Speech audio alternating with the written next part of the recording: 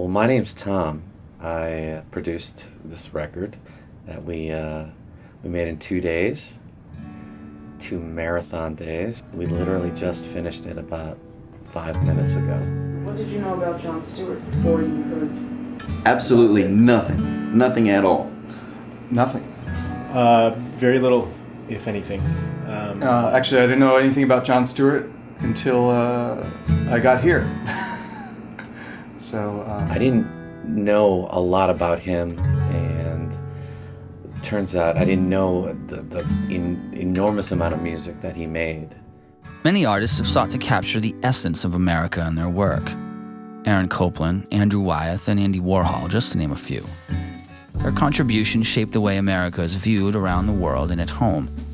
The same could be said about the music of Jon Stewart, for those familiar with him. We start talking about dreams. And John says to me, you know what I'd really like to do someday? I would like to write a song that becomes an actual folk song. And by this he means like the classic definition of a folk song. Everybody's heard this song. Maybe nobody knows the exact words, and nobody knows who wrote it. There might be a different version here or a different version there. And I'm sitting there and I'm like, well, John, I mean, Daydream Believer. Everybody knows that song. Nobody knows all the words, and nobody knows who wrote it.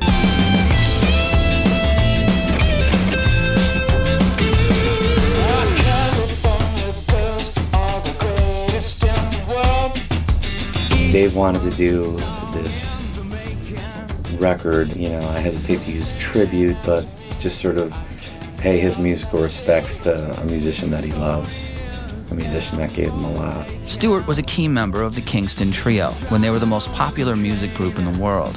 His voice captured a generation. He wrote thousands of original songs, and his career helped shape the history of American popular music. Yet despite his widespread influence and significant body of work, he remains a relatively unknown songwriter. I think John was really, in a lot of ways, my musical mentor before I even knew it. We would have these people come over at my dad's house for these music parties. There was a kind of a special quality to these songs at this time of the night. They were all stories, about real people living in real places in America. And they were, for me, and I think for everyone there, the grown-ups, it felt like these were all songs about us. In 2008, Jon Stewart passed away.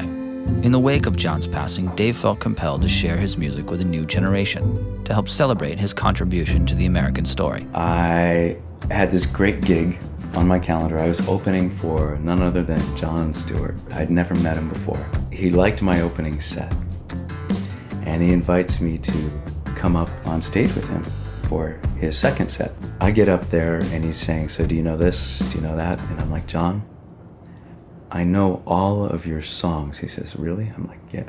And after that first song, we just connected, and it was transcendent. Here I am, I'm meeting one of my great heroes. I'm thrilled. Nobody moved. The place was magnetized. And we just played song after song, like back when I was a kid, in the living room. So cheer up, sleepy Jean.